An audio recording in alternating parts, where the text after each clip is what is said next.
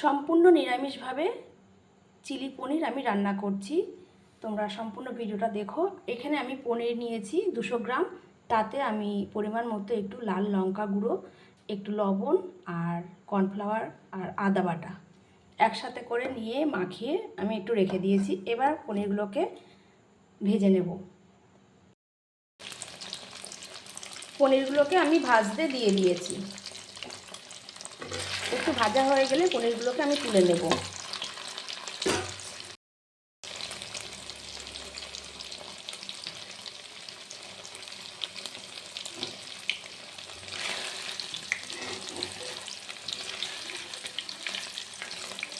এবার আমি পনিরগুলোকে তুলে নেব।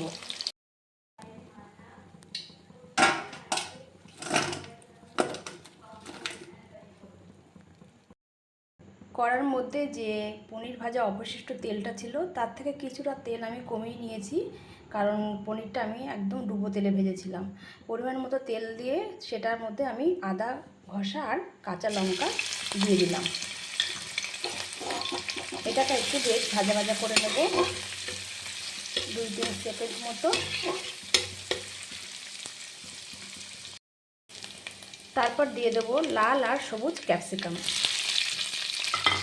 সম্পূর্ণ রান্নাটা কিন্তু আমার আঁচটা জোর দিয়ে করছি, কেন আঁচ জোর দিয়ে না করলে সবটাই গলে যাবে।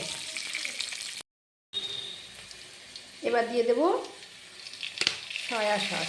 তোমরা কে কীভাবে করো অবশ্যই জানিও, আমি কিন্তু এইভাবে করি। পরিমাণ মতো আমি সয়া সসটা দিয়ে দিচ্ছি। তারপরে দেবো এই যে চিলি সসটা, রেড চিলি সস দেবো।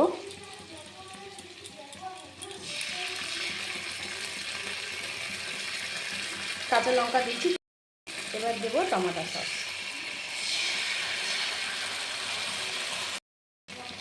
এবার দেবো পরিমাণ মতো জল। একটু জল দেবো কারণ এটা আমি ভাতের সাথে খাবো, তার জন্য জল দিলাম।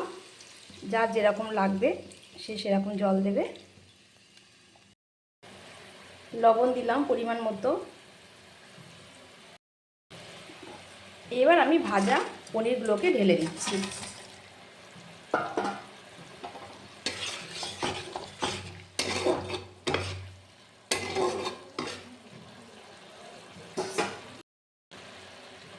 এবার আমি ওই পাত্রের মধ্যে সামান্য একটু কর্নফ্লাওয়ার নিয়ে আমি ওই জল দিয়ে গুলে দিয়ে রেখেছিলাম, সেটাকে আমি ঢেলে দেব।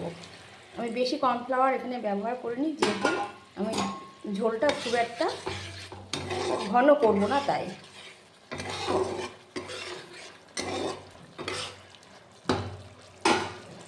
টেস্টের ব্যালেন্সটা ঠিক রাখার জন্য আমি একটু দিয়ে দিলাম চিনি। দেখতেই পাচ্ছ আমার চিলি পনিরটা কিন্তু হয়ে গেছে। এবার আমি নামিয়ে নেব।